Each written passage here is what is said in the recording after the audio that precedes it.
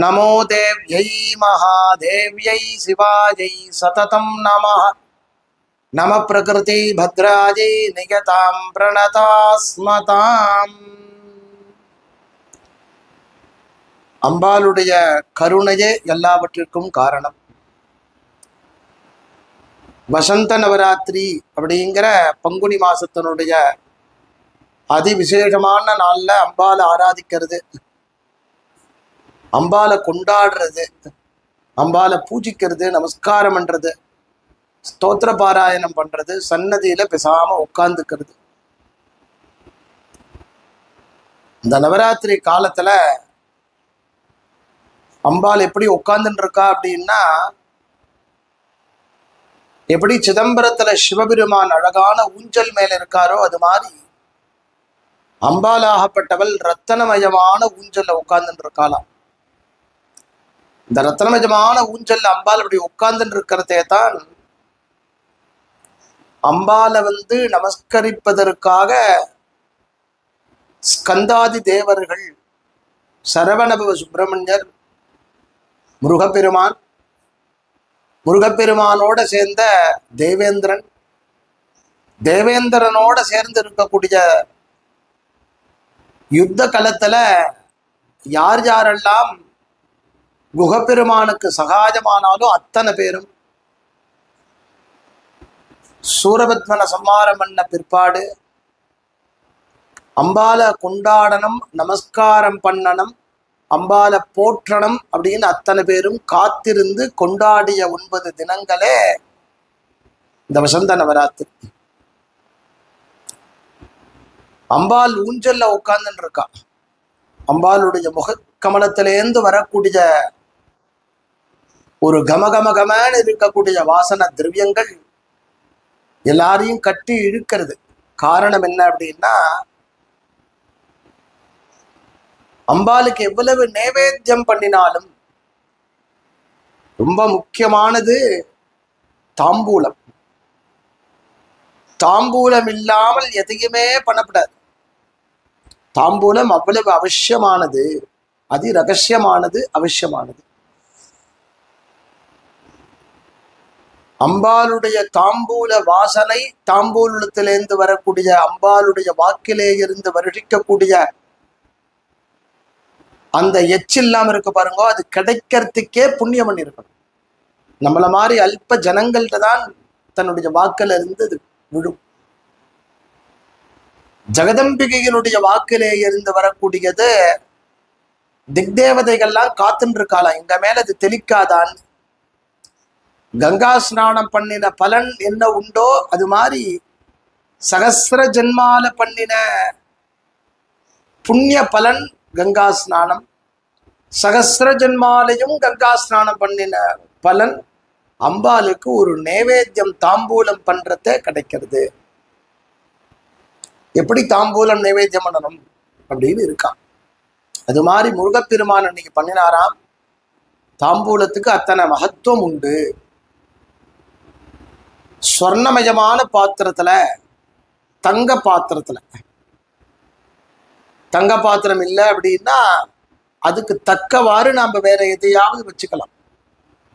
ரஜதம் வெள்ளியில வச்சுக்கலாம். அதுவுமே இல்லை மிஸ்ரமான பாத்திரங்கள் அதுல வச்சுக்கலாம். அதுல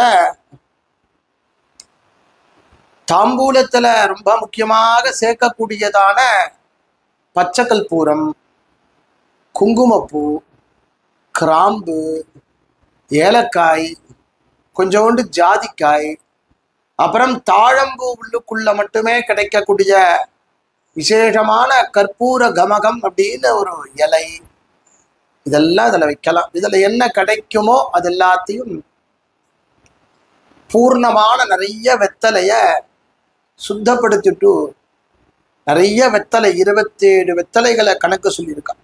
வெத்தலை அதில் வச்சு, அதுக்கு மேல பாக்கு பழத்தை வச்சு, அதுக்கு மேல இது எல்லா திரவியங்களையும் அதுல வச்சு அம்பாளுக்கு முகவாசனாதி தாம்பூலம்னு சமர்ப்பணம் பண்ணு. அதுலயும் இந்த வருஷம் நவராத்திரியில சஷ்டி தினத்துல வருதுனால முருகப்பெருமானோட அம்பாள் ஆராதனை. அம்பாளுக்கு என்ன பேரு? குகாம்பிகாயை நமஹா, ஸ்கந்தமாதா. அப்படி பண்ணதுனால என்ன உண்டாருதுன்னா சௌபாகியம் உண்டாகிறது. வெறும் தாம்பூலம் நைவேத்தியத்தினால அது அம்பாளுக்கு நைவேத்தியம்ங்கிறத. அம்பாள் எப்படி இருக்கான்னா லலிதா சகஸ்ரநாமத்தினுடைய ஒரு நாமாவளி சொல்றது, கற்பூர வீதி காமோதிதமாக நிடிது கந்தராஜி நமஹா. எந்தெந்த இடத்துல திக்தேவதைகள் இருக்காலோ அத்தனை விதமான திக்தேவதைகளும் காத்துன்னு இருக்காலாம். கற்பூர வீதின்னு தாம்பூலத்துல கலக்கப்பட்ட பச்சை கற்பூரம் அம்பாளுடைய வாக்கில அவர் நடிக்கிறது. பொன்மயமான ஊஞ்சல் அம்பாள் உட்கார்ந்துன்னு இருக்கா. பாசத்தையும் அங்குஷத்தையும் தரிச்சுன்னு இருக்கா. கையில தாமரை புஷ்பத்தை வச்சுன்னு இருக்கா. இக்ஷுதண்டம்ங்கிற கரும்பு ஒரு பக்கத்துல இருந்துட்டு இருக்கு. ஒரு பக்கத்துல சரஸ்வதி உட்கார்ந்துட்டு இருக்கா. ஒரு பக்கத்துல மகாலட்சுமி உட்கார்ந்துட்டு இருக்கா. இத்தனையோட உயாரமான அந்த ஊஞ்சல்ல ரத்தனமயமான சிம்மாசனத்தை போட்டுண்டு அதுக்கு மேல உட்கார்ந்துட்டு இருக்கக்கூடிய அம்பாளுடைய முகத்திலே இருந்து வரக்கூடிய கமகமாங்கிற அந்த வாசனையாகப்பட்டது தேவர்களுக்கெல்லாம் வெற்றியை, ஜெயத்தை கொடுக்கிறது, மங்களத்தை கொடுக்கிறது. அப்பேற்பட்ட தாம்பூலத்தை அந்த ஜெகன்மாதாவுக்கு, அதே லலிதா சகஸ்ரநாமம், தம்பூல பூரித முக்யை நமஹா. அம்பாள் தன்னுடைய கண் முகத்தினாலேயே பார்த்து, முகக்கண்ணினாலேயே பார்த்து அத்தனை பேரையும் அனுகிரகிக்கிறார். அந்த ஜெகன்மாதாவினுடைய சரணத்துல அந்த கற்பூரத்தை சமர்ப்பணம் பண்றதே, கற்பூர தாம்பூலத்தை சமர்ப்பணம் பண்றத நமக்கு சௌபாகியம் உண்டாகிறது. இதுல வசந்த நவராத்திரியான தினத்துல சுப்பிரமணிய சுவாமி, தேவேந்திரன், மகாவிஷ்ணு மற்றும் உண்டான தேவர்கள் எல்லாரையும் அழைச்சிட்டு வந்து எல்லாரையும் உட்கார வச்சு அம்பாவை பூஜை பண்ணி, ஏன்னா அம்மாவை பூஜை பண்ணா லோகத்தையே பூஜை பண்ற மாதிரி. அப்படி அம்மாவை தனியா பூஜை பண்ணப்படாதேங்கிறதுனால அம்மாவோட சேர்ந்த அப்பாவை, அப்பாவோட சேர்ந்த அம்மா இருப்பா. இது அம்மாவோட சேர்ந்த அப்பாவாக பார்வதி பரமேஸ்வரால பூஜை பண்ணி சுப்பிரமணிய சுவாமி பிரதட்சணம் பண்ணி கொஞ்சோண்டு இடம் கூடன்னு சொல்லி நடுவில் போய் உட்கார்ந்து சோமாஸ்கந்தரா காட்சி கொடுக்கும்.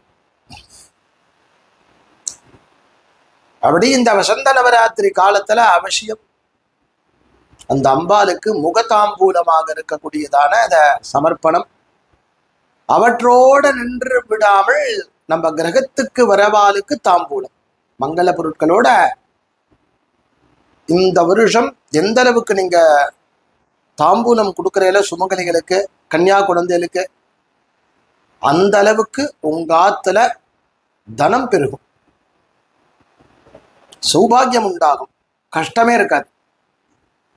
ஸ்திரிகளை கொண்டாட சொல்றதுக்கு உண்டான வருஷமா இது. இந்த வருஷத்துக்கு குரோதின்னு பேர் சொல்லியிருக்காளே அப்படின்னா அம்பாள் நாமாவளியில வருது, காமக்ரோதாதி ஷட்வர்க்கநாசன்யை நமஹா. அப்படி காமக்ரோதங்கள் எல்லாத்தையும் நிவர்த்தி பண்ணக்கூடிய குரோதமான வருஷம், அது எல்லாத்தையும் குரோதிக்கிறது. அப்பேற்பட்ட அந்த ஜெகன்மாதாவை, பாலா திரிபுர சுந்திய பராசக்தி பராபரிய நம்முடைய கிரகத்திலேயும் எழுந்தருளி அருள் பாலிக்கக்கூடிய அம்பிகைய வருஷப்பிறப்பு தினத்துல, ஏன்னா நீங்க சஷ்டி, குமார சஷ்டின்னு சொல்லுவோம் இல்லையா, அது மாதிரி சஷ்டி. அந்த சஷ்டியோட சேர்ந்த அந்த தினத்துல பஞ்சமியில வருஷம் பிறக்கிறது, சஷ்டியில வருஷத்தை கொண்டாடுறோம். பஞ்சமியும் சஷ்டியும் தேர்ந்த திருநாளாக இந்த வருஷம் அமையிறது. அப்படி அம்பால நிறைய தாம்பூலம், பாக்குப்பழம் வச்சு தாம்பூலத்தை நைவேத்தியம் பண்ணி வர சுமங்கலிகளுக்கெல்லாம் கொடுத்து எல்லாரும் சௌபாகியம் பெறணும். எல்லாருடைய கிரகத்திலையும் அம்பாளுடைய அனுகிரகம் உண்டாக்கி தரணும். நிறைய யாக யஜ்ஞங்கள் நடக்கணும். எல்லா இடங்களையும் நாம கோஷம் சொல்லணும். எல்லாரும் தர்மம் பண்ணணும். ஜெய் விஜயி பவான்னு நல்ல ராஜ்யம் அமையணும். அப்படி சுவிருஷ்டி சுவாமியுடைய அனுகிரகத்தினால அத்தனை பேர் ஆனந்தம் உண்டாகணும்னு அம்பாளை பிரார்த்திப்போம்.